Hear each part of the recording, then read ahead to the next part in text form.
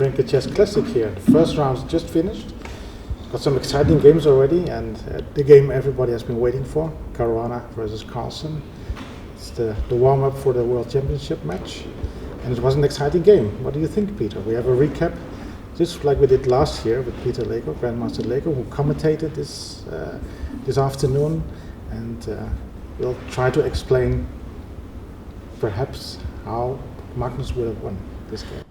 Yeah, well, I mean, this game was highly dramatic. I mean, this game had almost everything what chess fans can ask for, because it started with the psychological situation that Fabiano, now as the new challenger after winning the candidates tournament, had the situation that he is white against Magnus, and he is probably very tired and very exhausted after the candidates, but he still felt like, as a challenger and as a player who got the white pieces, he wants to try something. And Magnus took up the challenge. He kind of thought, aha, so you want to play?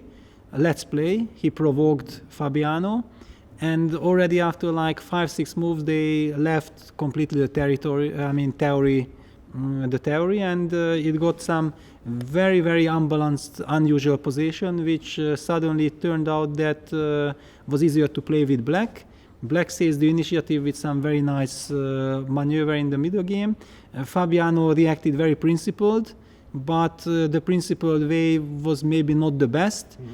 And then after complications, it turned out that Magnus is better. Then it looked like Magnus is going to win. And then we saw the incredible dramatic moment, because after move 40, it looked like, before move 40, after move 39, it looked like Fabiano has to resign, but he had this king f2 move, which kind of stops the black pawns. And after move 40, Magnus spent a lot of time already. For his move 40, it was clear that he understands that, yeah, after king f2, it's not going to be easy, if at all possible. And we have reached the rook endgame, such a complex rook endgame, which I haven't really seen in my whole career on the highest level, with these two connected pass pawns. Yeah, because usually in such position, the side who has the stronger pawns or the more advanced pawns are winning. Yeah? But to see this, that they get blocked, and then white also has two passed pawns, and he starts to push, and there is no forced way to win, and you have to make all these counterintuitive decisions. And it turned out that Magnus and Fabiano had played perfectly after the time control, and they reached this position when over the board, after such a big struggle, it was completely understandable by the players that they thought that, yeah, white escapes. Finally, black tried everything, but it's a draw. But we as commentators had the luxury of consulting computer, and computer was insisting that here rook h7 is the only move to win, and in fact it's winning, but by some miracle. Yeah, because the point is white plays rook b8 check, king a2. Okay, first of all, the idea of rook h7 is you put your rook passive, but you stop the white pawns of advancing, because if they advance just one more square forward, then black will have to force the draw. So you stop the pawns, but it seems like it brings you nothing, because after rook b8 check, king a2, rook c8, white is threatening to take on d3. And if you return with the king, which is the most logical, then white keeps on checking you, and it's a repetition, and it's a draw. But the incredible moment is that, in fact, it turns out that king takes d3 is not a threat, and white anyway cannot push the pawns, because black is in time with a5.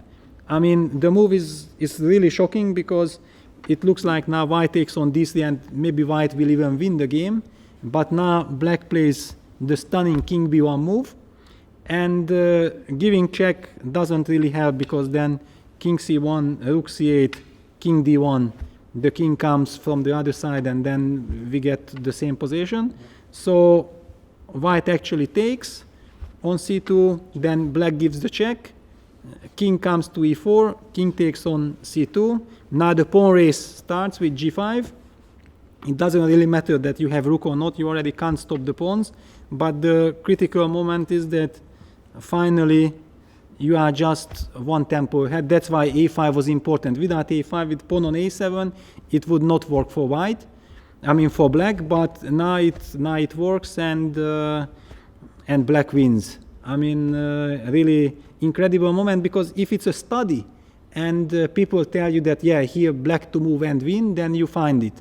But if you are over the board and you kind of are disappointed already that probably you had a chance before, but now it's already a draw, then it's very, very hard to spot. The people at home sometimes forget that there is quite a couple of hours thinking and hard work in the game already. They played a hard game, and then coming up with these incredibly difficult moves is very difficult. You have a computer, then you say, well, why doesn't he find a5? But the psychological aspect is very important as well. Yeah, that's why I like to be a commentator and to point out these moments, because it would be just incredibly unfair towards the players if somebody would blame any of them of how come you couldn't find rook h7, computer was showing it's +6. It's so obvious. No, it's not obvious at all. And even during commenting, we saw computer moves, but even then to understand that why it's winning and how it's winning, it was almost impossible.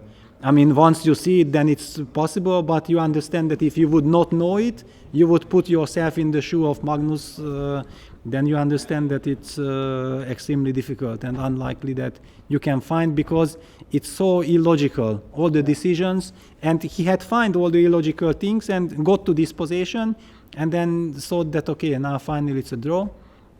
Actually, I think it was a game where Fabiano really deserved to draw this game, and Magnus would have really deserved to win it. But we know that it doesn't work like this. So finally, this day, Fabi is the one who can be really happy about. But I think most happy can be the chess fans, because it was really already a very nice show that what we can expect from this World Championship match. Yeah, I mean, some thrilling fights. And both players gave it already all here after such a thing like just winning the candidates. So I think it will be a fantastic World Championship match. The players were also shocked after in the press conference, or when they went to the analysis room. Did they see rook h7?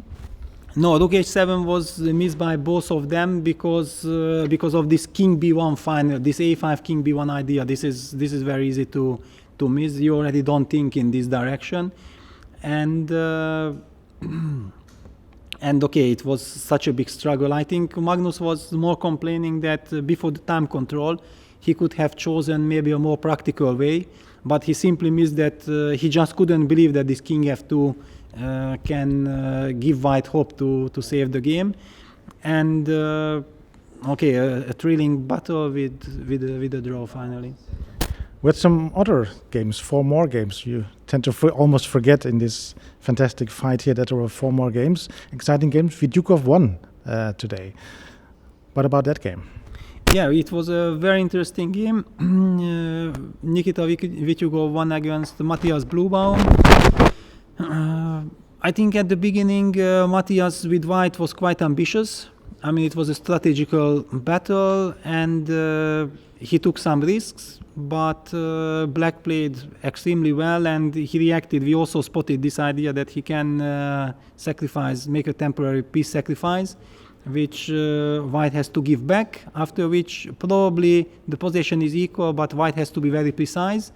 And there Matthias showed some nerves. He liquidated to a position which might be equal if nothing happens, but it turned out that black had a forced win with an incredible striking combination, which Vityukov found with knight e4 check, and after that black is winning by force. So it was a cold shower for Matthias, but a brilliant victory by Vityukov, who is now leading the tournament. But we also had 2 more incredible, exciting games. I mean, the one between Arkady Naidic and Vasil Agraf. This game was brilliant right from the beginning. After this knight takes d5 sacrifice, which was very hard to calculate, but Arkady had found this idea, and then Maxim had to react with this bishop e6, and it got extremely complicated.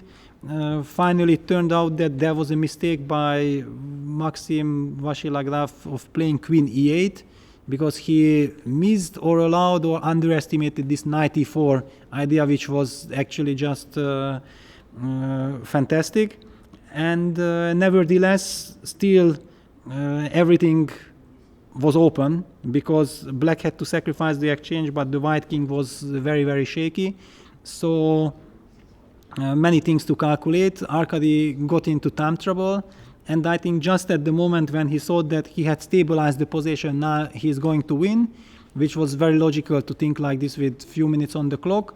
There came this silent knight e5 move, after which it turned out that white seems to be mating black, but all of a sudden it's only perpetual check, and a great save by Maxim, but also extremely well played by Arkady, and it was just very bad luck that he did not manage to win this game. And there was still... Yeah, okay. So I just wanted to go to the other game already, or Anand against Hu Yifan? Yeah, Anand Hu Yifan, it was also spectacular right from the beginning. A typical new opening, which usually Anand is not playing, because Vishy is e4 player. But he decided to play in the same style like Nepomniachtchi played against him in London Classics last year. However, in this concrete moment, against the flank attack with g4, black had this very interesting idea to sacrifice a pawn in the center and get good compensation. Things went out of control because Vishy did not want to let black have a nice compensation, so he decided to sacrifice the exchange himself to get control over the position. But this control was more of keeping the balance, and it was very hard to judge, very hard to evaluate, but probably practically it was a dynamic balance which finally led to a draw. Yeah. You talked to Hu Yifan after the game. She was not really happy with the result, actually. I can understand that, because if you ask her before the game, then definitely she would say that a draw against Anand would be a fantastic start. However, after the opening, what happened, clear that she might have got the impression that she could fight for more. However, Vishy is very good in these situations. I mean, I have seen Vishy sacrificing exchanges and getting the squares, and he can sit on them and you can't do anything.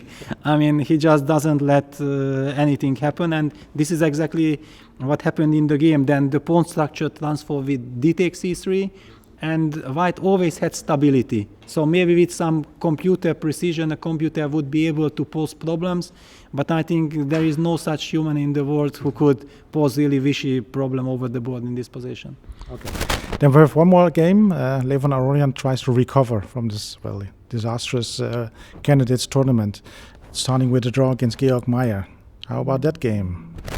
Yeah, I think it was psychologically very important for Levon, because it's clear that now he wants to forget the candidates as quickly as possible and focus only on this tournament, because after such a disaster there is only one medicine: to play good here.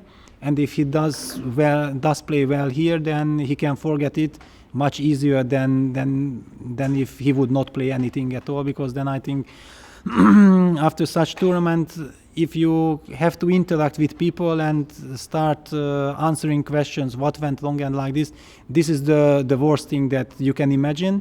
So I think he's probably quite happy that he has a chance immediately. The pairing was not very lucky, because black against Georg Meyer. Georg Meyer is famous for being extremely solid with white. However, Georg played e4 first move against Levon, which kind of was a huge surprise for me. And at some point I felt like maybe the position gives the chance for Aronian to fight for something with black, because it became very double-edged. But as it turned out, Georg had everything under control, and so finally it was a good game. So Levon cannot blame himself, and Georg is just, I think, also proud that he played that middle game phase quite well, because it was an unfamiliar structure for him, and he made some really good decisions, and I think it was a correct draw. And we're looking forward to tomorrow, where the higher rated players have white in this tournament. Do we expect 5 wins, or what draws some more excitement like today? What is your expectation? Well, I mean, judging by last year and by the first round here, we are in every round treated to some spectacular chess. So I'm really looking forward to these games. Definitely the favorites have white, it's a chance, but as Hui Fan today proved with the black pieces against Anand, that she can really get confidence out of this game. So I'm, for example, looking very much forward to this Magnus Carlsen versus Hui Fan game, but all the other rounds, all the other pairings like Vasil Agraf versus Anand is a true spectacle. So all the games will be very interesting, and I'm very happy for such a start, because these 4 games, and also how it kind of it went, because finally there were 4 draws, but all games were such that all the players got somehow, I think, motivated, because for example, Maxim felt like he could have lost today, Magnus felt like he could have won today, so everybody is a little bit disbalanced psychologically, which is always very, very good for next day. Okay, so we're looking forward to tomorrow. Thank you very much for this recap, Peter Leko.